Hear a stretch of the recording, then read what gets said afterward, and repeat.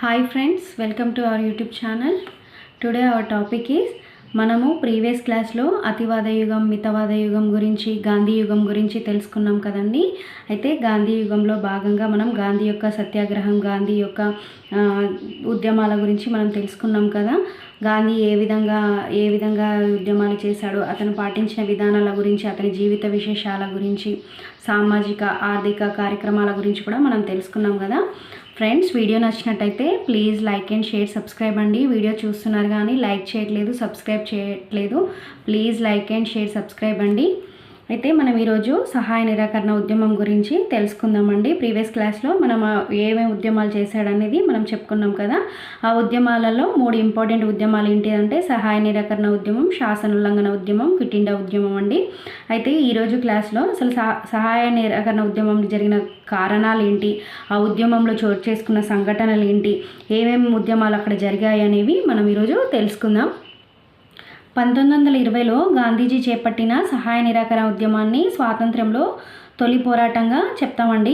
ఎందుకంటే తొలిసారిగా గ్రామీణ ప్రాంతాల్లోని అట్టడుగు వర్గాలు కూడా భాగస్వాములు అయ్యారు. మనం ప్రీవియస్ క్లాస్లో చెప్పుకున్నాం కదండి. ఈవెన్ అతివాద యుగం కానీ మితవాద యుగం కానీ మామూలుగా పట్టణ ప్రజల వాళ్ళ వరకు మాత్రమే తెలిసాయి. ఈ గాంధీ ఉద్యమం అనేది ఎందుకు ఎక్కువ సక్సెస్ అయిందంటే, ఎందుకు మనకు స్వాతంత్రం లభించడానికి తొందరగా కారణం అయ్యిందంటే అట్టడుగు వర్గాలు, గ్రామీణ వర్గాల వాళ్ళు కూడా పాల్గొన్నారండి.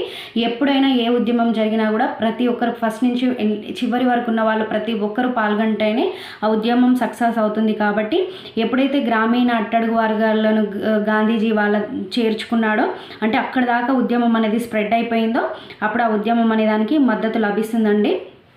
ఈ విధంగా అసలు ఆ ఉద్యమానికి ప్రధాన కారణం ఏంటంటే రౌలత్ చట్టం చూసుకుందామండి. రౌలత్ చట్టం 1919 every year is very important అండి. అయితే రౌలత్ చట్టము the anarchical and revolutionary crimes act అనే చట్టాన్ని తీసుకొచ్చారు. ఎవరు తీసుకొచ్చారంటే ఆంగ్లేయులు తీసుకొచ్చారనమాట. ఈ చట్టము సిడ్నీ రౌలత్ కమిటీ నివేదిక ఆధారంగా ప్రవేశపెట్టడంతోనే దీనికి రౌలత్ చట్టం అని తీసుకొచ్చారనమాట ఈ పేరు. అయితే ఇది ప్రజాస్వామ్య వ్యవస్థకు చాలా ప్రమాదకరమైన చట్టం అనేది చెప్పవచ్చండి. ఈ చట్టం ద్వారా అసలు ఈ చట్టం అంటే ఏంటి, అసలు ఈ చట్టం ఎందుకు వచ్చింది, ఏ విధంగా వచ్చింది, అసలు దీనివల్ల ఇబ్బంది ఏంటి అని తెలుసుకుందామంటే, అయితే ఈ చట్టం ద్వారా పోలీసులకు వారెంట్ లేకుండా ఎవరినైనా అరెస్ట్ చేసి వారి న్యాయస్థానాల్లో హాజరుపరచకుండా ఎంత కాలమైనా నిర్బంధించే అధికారాలు కల్పించబడ్డాయి. చూడండి ఎంత దారుణం అంటే, ఎవరికైనా అరెస్ట్ చేసే అధికారం ఇస్తే ప్రతి ఒక్కరూ ఖైదీలు అవుతారు, మిగతా వాళ్ళందరూ స్వేచ్ఛగా విహరించవచ్చు కదండి. ఇలాంటి కారణాలు కూడా ఒక కారణం అండి మామూలుగా. అయితే ఈ చట్టం ఎన్ని రోజులైనా వాళ్ళను నిర్బంధించడం ఈ విధంగా చేయడానికి గాంధీజీ తీవ్రంగా దీనికి వ్యతిరేకంగా పోరాడాడండి. అయితే గాంధీజీ పోరాడి అతనే ఒక సత్యాగ్రహ సభను కూడా స్థాపించాడు. గాంధీజీ దానికి అధ్యక్షుడిగా కూడా ఉన్నాడు. అదే చట్టంలో అంటే రౌలత్ చట్టంలో అనమాట.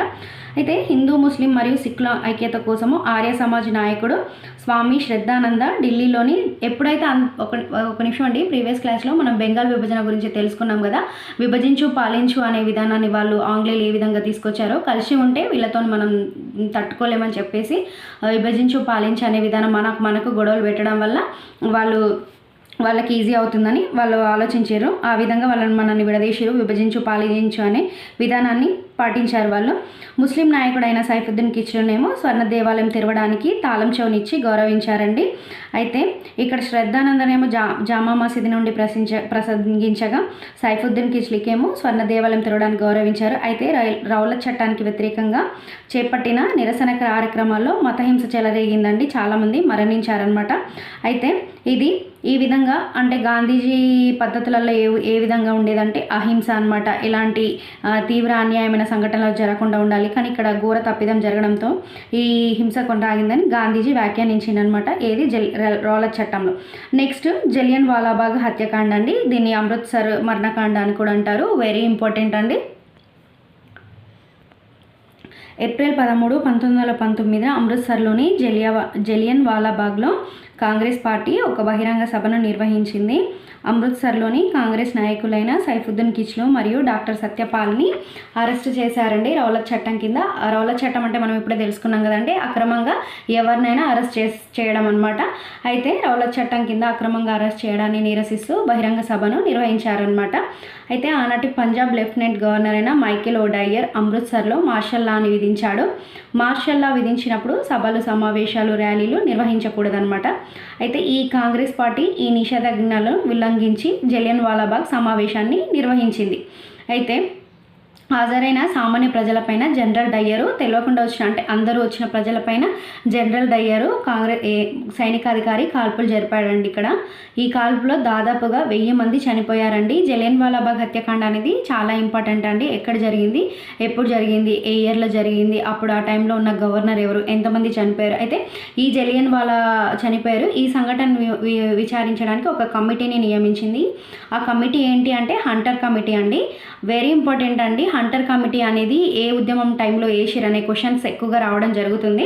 హంటర్ కమిటీ అనేది జలియన్ వాలాబాగ్ హత్యాకాండను విచారించి జనరల్ ఓడయ్యర్ని నిర్దోషిగా ప్రకటించిందండి కమిటీ కూడా. అయితే దీంతో గాంధీజీ డయ్యర్ పైన చర్యలు చేపట్టాలనే డిమాండ్తో సహాయ నిరాకరణ ఉద్యమాన్ని ప్రారంభించాడు.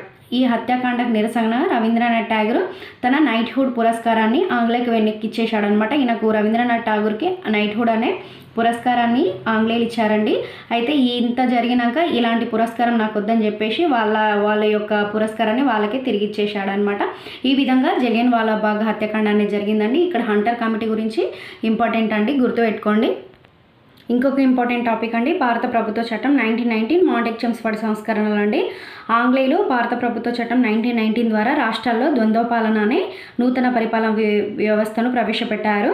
అయితే దీని ద్వారా భారతీయులకు కొన్ని అధికారాలు బదలాయిస్తున్నట్టుగా అంటే అధికారాలు ఇచ్చినట్టుగా కనిపిస్తుంది, కానీ వాస్తవానికి వాళ్ళు మనకి ఇలాంటి అధికారాలు ఇవ్వలేదన్నమాట. అయితే ఈ వ్యవస్థను తిరస్కరిస్తూ నిజమైన అధికారాలను మనకి ఇవ్వాలని చెప్పేసి సహాయ నిరాకరణ ఉద్యమాన్ని కూడా ప్రారంభించారు. ఇవన్నీ అసలు సహాయ నిరాకరణ ఉద్యమం ప్రారంభం అవడానికి కారణాల గురించి మనం తెలుసుకున్నాం. ఫ్రెండ్స్, వీడియో నచ్చినట్టయితే ప్లీజ్ లైక్ అండ్ షేర్ అండి. ఖిలాఫత్ ఉద్యమం గురించి తెలుసుకుందాం ఇప్పుడు. ఇంగ్లాండ్ మొదటి ప్రపంచ యుద్ధంలో భాగంగా టర్కీని ఆక్రమించి టర్కీ సుల్తాన్ని బంధించారండి ఇక్కడ. అయితే టర్కీ సుల్తాన్ అనేది ఇస్లామిక్ ప్రపంచానికి ఎక్స్ అఫీషియో ఖలీఫాగా ఉండేవాడు. ఖలీఫాను ఆంగ్లేయులు చెరసాల నుండి విడిపించడానికి ప్రపంచంలోని ముసల్మాన్లు అనే వాళ్ళు ఏం చేశారంటే ఖిలాఫత్ ఉద్యమాన్ని ప్రారంభించారనమాట. ఇంపార్టెంట్ అండి, ప్రతి ఒక్క టాపిక్ కూడా ఇంపార్టెంట్ టాపిక్స్ మీదనే నేను నోట్స్ ప్రిపేర్ చేసి మీకు చెప్పడం జరుగుతుంది. కాంపిటేటివ్ ఎగ్జామ్స్ ప్రిపేర్ అయ్యే వారికి ఖచ్చితంగా ఉపయోగపడుతుందండి ఈ టాపిక్స్ అనేవి.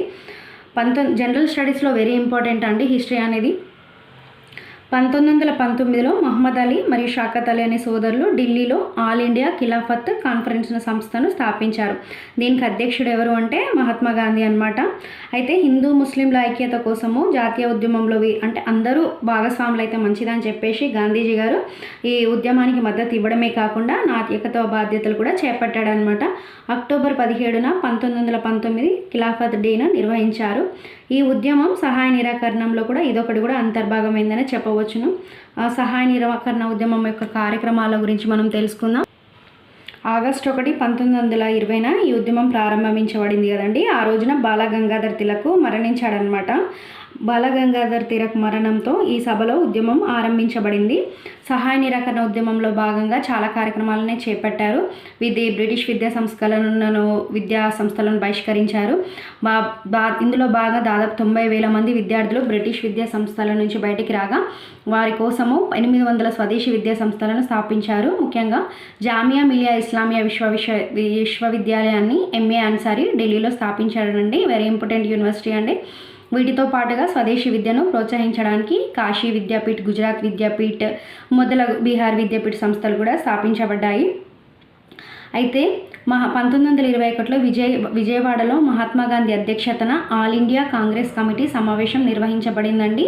ఈ సమావేశంలో తిలక్ స్వరాజ్ ఫండ్ అనే నిధిని ఏర్పాటు చేసి అందులో వచ్చిన విరాళాలతో 20 లక్షల చరకాలు కొని ఉచితంగా ప్రజలకు పంపిణీ చేశారండి. విజయవాడ సమావేశంలోనే మచిలీపట్నంకు చెందిన పింగళి వెంకయ్య రూపొందించిన త్రివర్ణ పతాకాన్ని కాంగ్రెస్ పార్టీ జాతీయ పతాకంగా ఆమోదించిందని చెప్పవచ్చును. ఆంగ్లేయులు ఇచ్చిన బిరుదులు నాయకులు తిరస్కరించారు. మహాత్మా గాంధీ ఆంగ్లేయులు తనకు 1915లో ఇచ్చిన కైజర్ ఏ హింద్ అనే బిరుదును కూడా నాకు వద్దని చెప్పేసి వాళ్ళకి ఇచ్చేశాడండి.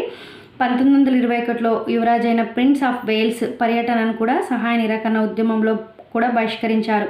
దాదాపు 1.5 సంవత్సరాల పాటు ఉధృతంగా సాగిందండి ఈ ఉద్యమం అనేది.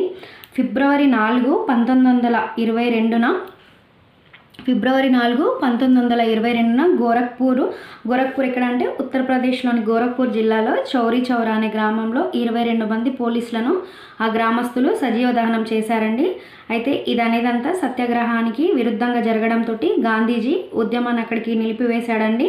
ఈ ఉద్యమం నిలిపివేస్తున్నట్టుగా కూడా బార్డోలి తీర్మానం ద్వారా ప్రకటించారండి. ఎందుకంటే ఉద్యమంలో ఇలాంటి వ్యతిరేకమైన చర్యలు చేయకూడదు కాబట్టి గాంధీజీ కలత చెందిండండి. ఈ విధంగా దహనం చేయడం, ఒకరిని చంపుకోవడం అనేది.